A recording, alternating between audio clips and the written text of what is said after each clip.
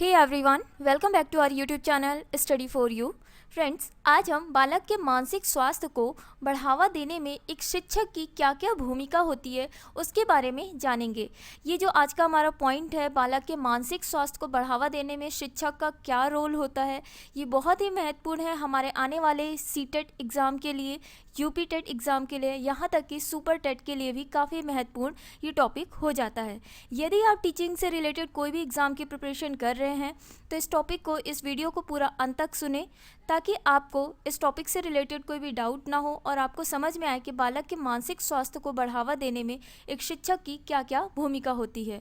साथ ही मैं बता दूं कि यदि आप एमपी टेट, सुपर टेट या फिर नेट की या टीजीटी पीजीटी कोई भी एग्ज़ाम की प्रिपरेशन कर रहे हैं तो उसके लिए भी यह टॉपिक काफ़ी महत्वपूर्ण हो जाता है। तो आइए देखते हैं बालक के मानसिक स्वास्थ्य को बढ़ावा देने में शिक्षक का क्या रोल होता है और कौन कौन से वो अपने काम करती हैं। ठीक है, फर्स्ट पॉइंट है हमारा स्वच्छ वातावरण। गाइस, वातावरण हम लोग स्टार्टिंग से सुनते आ रहे हैं कि वातावरण किसी भी व्यक्ति के सर्वांगीण विकास करने में वातावरण की बहुत ही महत्वपूर्ण भूमिका होती है। तो यहीं पे हम देखेंगे कि किसी भी बालक के मानसिक रूप को बढ़ावा देने के लिए एक शिक्षक कैसे बालक की हेल्प करता है विद द हेल्प ऑफ स्वच्छ वातावरण। ओके, तो बालक का वातावरण, विद्यालय का वातावरण इस प्रकार होना चाहिए कि किसी भी बालक का सर्वांगीण विकास हो सके, मतलब उसका समुचित रूप से विकास हो सके, जैसे शारीरिक, मानसिक, ये पूरा का पूरा उसका विकसित होना वातावरण पे डिपेंड करता है। ठीक है, यदि बालक का शारीरिक स्वास्थ्य ठीक रहेगा तो उसका मानसिक स्वास्थ्य भी ठीक रहेगा। अब ये कैसे? जैसे कि मान लीजिए 2-4 दिन बाद आपका एग्ज़ाम है, हाँ, और उस एग्ज़ाम की तैयारी आप लोग अभी तक बहुत अच्छे से करते आ रहे हैं, अच्छे से पढ़ाई कर रहे हैं, कोई टेंशन नहीं है, प्रॉपर कंसंट्रेशन आपका लगा हुआ है अपने स्टडी में।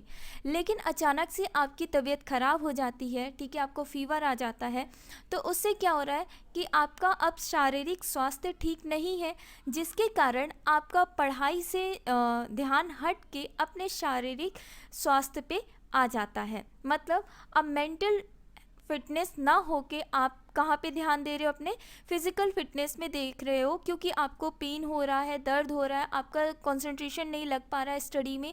तो यहाँ पे हम क्या सीख रहे हैं? यदि हमारा शारीरिक स्वास्थ्य ठीक नहीं रहेगा तो हमारा मानसिक स्वास्थ्य भी कार्य नहीं करेगा, वो भी ठीक नहीं रहेगा। तो शारीरिक स्वास्थ्य के साथ साथ मानसिक स्वास्थ्य का भी ठीक होना आवश्यक है।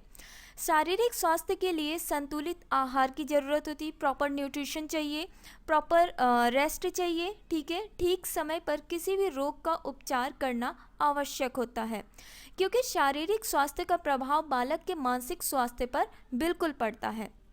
अतः हम ये कह सकते हैं कि विद्यालयों का कर्तव्य होता है, विद्यालय मतलब उसके अंदर जितने भी शिक्षक हैं, ठीक है, तो उन सब का कर्तव्य है कि वे उन साधनों को अपनाएं जिनके द्वारा किसी भी बालक का शारीरिक स्वास्थ्य ठीक किया जा सके। ठीक है, तो बालक यदि शारीरिक स्वस्थ रहेगा तो उसका मानसिक स्वास्थ्य भी अच्छा रहेगा।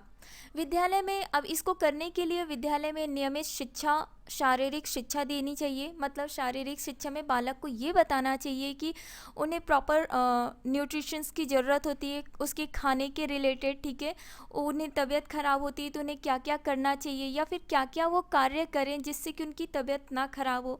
छोटे छोटे बच्चे होते हैं जिन्हें नहीं पता होता है, तो उन्हें हम ये बता सकते हैं कि बारिश में भीगना नहीं है, या फिर कुछ ऐसे कार्य उन्हें बताने चाहिए जिससे कि वो अपनी शारीरिक शिक्षा को प्रॉपर तरीके से प्राप्त कर सके। सेकंड है भोजन। बच्चों को प्रॉपर न्यूट्रिशन देना चाहिए, प्रॉपर उनको विश्राम देना चाहिए, खेल कूद में रखना चाहिए, व्यायाम, स्वच्छता और साथ ही साथ रोगों के उपचार की, इन सभी की व्यवस्था होनी चाहिए। तब बालक का प्रॉपर तरीके से उसका मानसिक स्वास्थ्य ठीक रहेगा। मैं उम्मीद करती हूँ कि आपको फर्स्ट पॉइंट समझ में आया होगा, स्वच्छ वातावरण। आइए हम नेक्स्ट पॉइंट देखते हैं, उसमें क्या है शिक्षक की भूमिका। दूसरा और बहुत ही महत्वपूर्ण पॉइंट है शिक्षकों का स्नेहपूर्ण व्यवहार। बिल्कुल, हर एक शिक्षक अगर प्रत्येक व्यक्ति के प्रति स्नेहपूर्ण व्यवहार करती है तो इससे क्या होगा कि हर एक बच्चे के अंदर एक पॉजिटिविटी आएगी कि उनके शिक्षक उनके साथ कितना अच्छा बिहेवियर कर रहे हैं, वो अच्छे हैं या फिर उनके टीचर उनसे प्यार करते हैं। ठीक है, तो इससे क्या होगा कि बालक का जो मानसिक संतुलन है वो काफ़ी अच्छा रहेगा, उनका मानसिक विकास हो पाएगा। अगर शिक्षक बालक से स्नेहपूर्ण व्यवहार करती हैं तो बालक शिक्षक की रेस्पेक्ट करेंगे, अपनी फीलिंग्स शिक्षक को बताएंगे, उन्हें क्या दिक्कत हो रही ये सारी चीज़ें टीचर्स को बताएंगे और टीचर्स अगर उसका उपचार अच्छे तरीके से करेगी तो बालक का मानसिक विकास बहुत अच्छे से डेवलप होगा। ठीक है, तो वही पॉइंट यहाँ पे बोला गया है कि यदि विद्यार्थियों के प्रति शिक्षक का व्यवहार सहानुभूति के अगेंस्ट है या फिर विद्यार्थियों के प्रति शिक्षक भेदभावपूर्ण व्यवहार कर रहे हैं या रूखा व्यवहार कर रही हैं तो शिक्षक को उनसे आदर नहीं मिलेगा। किनसे? बालक से आदर सम्मान नहीं मिल पाएगा। बालक शिक्षक की बुराई करेंगे कि वो टीचर ऐसी हैं वैसी हैं, वो डांटती हैं चिल्लाती हैं या फिर वो क्या करती हैं, कंपैरिजन बहुत करती हैं, भेदभाव करती हैं, रूखा व्यवहार करती हैं। तो इससे क्या होगा कि बालक उन शिक्षक की प्रॉपर तरीके से रेस्पेक्ट नहीं कर पाएंगे, एक अंदर से रेस्पेक्ट नहीं आ पाएगी। ऐसी स्थिति में विद्यार्थी शिक्षक का कहना नहीं सुनेंगे और ऐसे कार्य करते हैं जिनसे शिक्षक को गुस्सा आए। ऐसे कार्य का विद्यार्थियों के मानसिक स्वास्थ्य पर बुरा प्रभाव पड़ता है।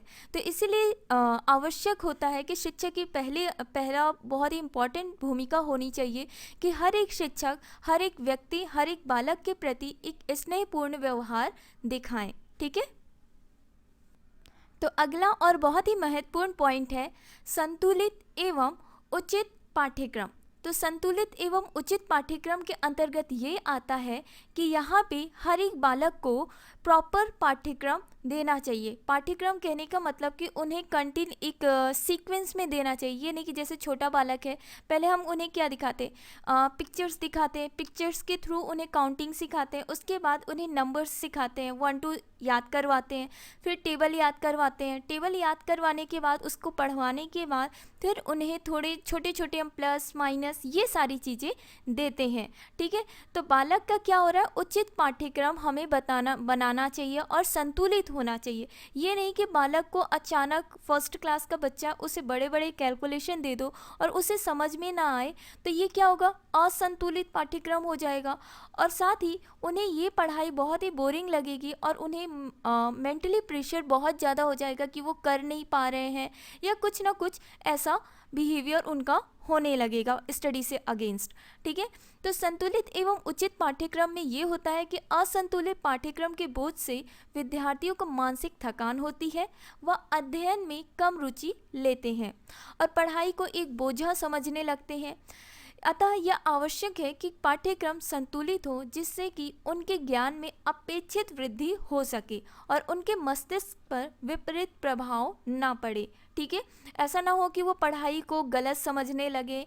असंतुलित पाठ्यक्रम के कारण ये अक्सर हो जाता है कि बालक उसके अगेंस्ट हो जाते हैं, पढ़ाई के अगेंस्ट हो जाते हैं, पढ़ाई को एक बोझा समझ लेते हैं कि बस उनको किसी तरह ख़त्म करना है या करना है और इंटरेस्ट ख़त्म हो जाता है। तो इसके कारण क्या होता है कि बालक का मानसिक थकान बढ़ जाती है। तो हमें उनके मानसिक विकास करने के लिए उनका संतुलित एवं उचित पाठ्यक्रम बनाना बहुत ही आवश्यक हो जाता है। यह भी आवश्यक है कि मस्तिष्क पर विपरीत प्रभाव न पड़े। तो इसके लिए क्या जरूरी है कि पाठ्यक्रमेतर मतलब पाठ्यक्रम जो है वो क्रम के अनुसार होना चाहिए, सीक्वेंस के अनुसार होना चाहिए। जैसे कि मैंने आपको एग्जांपल दिया कि छोटे बच्चों को पहले पिक्चर्स के थ्रू काउंटिंग सिखाया जाता है, उसके बाद धीरे धीरे उन्हें 1 2 याद करवाया जाता है। 1 2 पढ़ाने के बाद उन्हें टेबल पढ़ाते हैं, फिर कैलकुलेशन में आते हैं छोटे छोटे प्लस माइनस। तो ये सब क्या हो रहा है, उनका पाठ्यक्रम क्रम के अनुसार क्रिया हो रहा है। तो वो क्रम के अनुसार अपना स्टडी कर रहे हैं तो धीरे धीरे उनके अंदर रुचि आ रही है, उनकी रुचि का विकास हो रहा है। रुचि जन्य अध्ययन में विद्यार्थियों के मानसिक स्वास्थ्य का समुचित विकास होता है। आइए अगला पॉइंट देखते हैं। अगला और बहुत ही महत्वपूर्ण पॉइंट है बाल केंद्रित शिक्षण विधियाँ। गाइस, किसी भी बालक के मानसिक विकास करने के लिए, उसके मानसिक स्वास्थ्य को बढ़ावा देने के लिए उनके अकॉर्डिंग बनाए गई विधियाँ होनी चाहिए। तो भाई उन्हें पढ़ाएंगे, उन्हें शिक्षा देंगे तो शिक्षण विधियाँ भी बाल केंद्रित ही होनी चाहिए। बालक के अनुसार उनकी पढ़ाई करवाई जानी चाहिए, जिससे कि बालक की रुचि आए, उनका पढ़ने में मन लगे और साथ ही साथ उनका ध्यान भी उससे ना हटे। तो प्रायः ऐसा होता है कि बालक चालू शिक्षण विधि की निरस्ता के कारण पढ़ाई में ध्यान नहीं देते और उनकी रुचि कम हो जाती है। इसके लिए जरूरी है कि विद्यालय में बाल केंद्रित शिक्षण विधियां अपनाई जाएं। अब बाल केंद्रित शिक्षण विधियां मतलब ऐसी शिक्षण विधियां जिससे कि बालक को उस चीज़ को करने में इंटरेस्ट आए। बच्चे को सबसे ज़्यादा मज़ा आता है खेल में, ठीक है, गेम्स में, तो उन्हें खेल विधि के द्वारा उन्हें शिक्षण दिया जाए। ये बाल केंद्रित शिक्षण विधि का एक पॉइंट है, ठीक है। तो बालक को कौन सी शिक्षा दी जाए? खेल के द्वारा दी जाए। उन्हें प्रैक्टिकली वर्क करवाया जाए, कुछ ऐसा कि जिसमें उनका इंटरेस्ट आए। तो खेल विधि, प्रोजेक्ट विधि और मांटेसरी विधि, ये जो विधियां हैं ये बाल केंद्रित शिक्षण विधियों के अंतर्गत आती हैं। ये जो नवीन शिक्षण विधियों के प्रयोग से जो क्रिया, व्यवहार, अभ्यास और स्वतंत्रता के सिद्धांत पर आधारित है वह बालक का स्वस्थ मानसिक विकास करता है।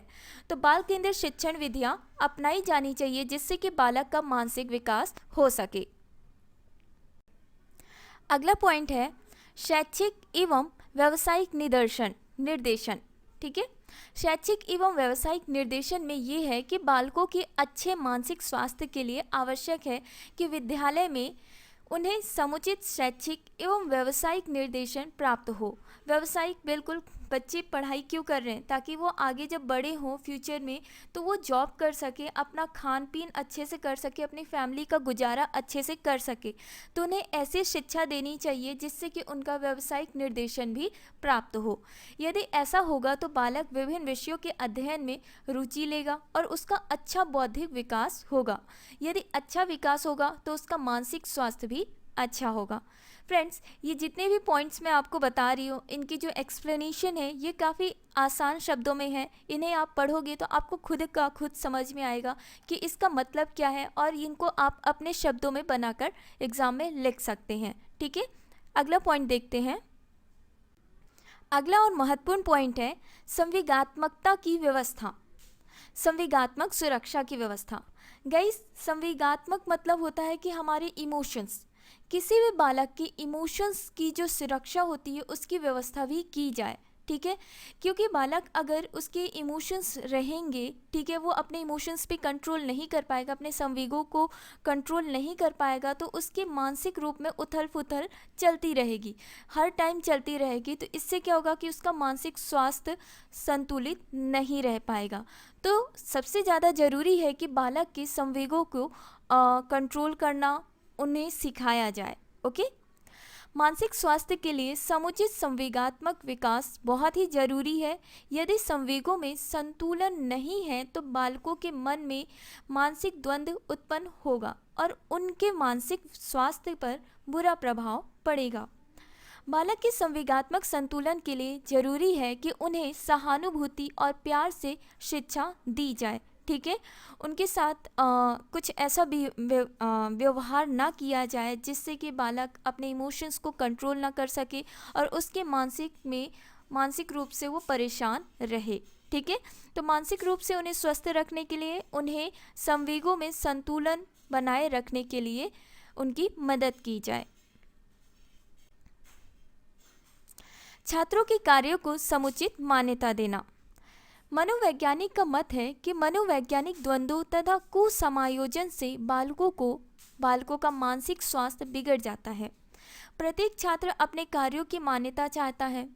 जब उसे यह मान्यता नहीं मिलती है तो उसके संवेग को ठेस पहुंचती है, उसके इमोशंस को ठेस पहुंचती है और वह असामाजिक बातों की ओर आकर्षित हो जाता है तथा अपराध करने लगता है। इसलिए जरूरी है कि इन बातों को ध्यान में रखा जाए और विद्यालय में छात्रों के कार्यों को समुचित मान्यता प्राप्त हो और उनमें मानसिक द्वंद्व तथा कुसमायोजन न उत्पन्न होने पाए।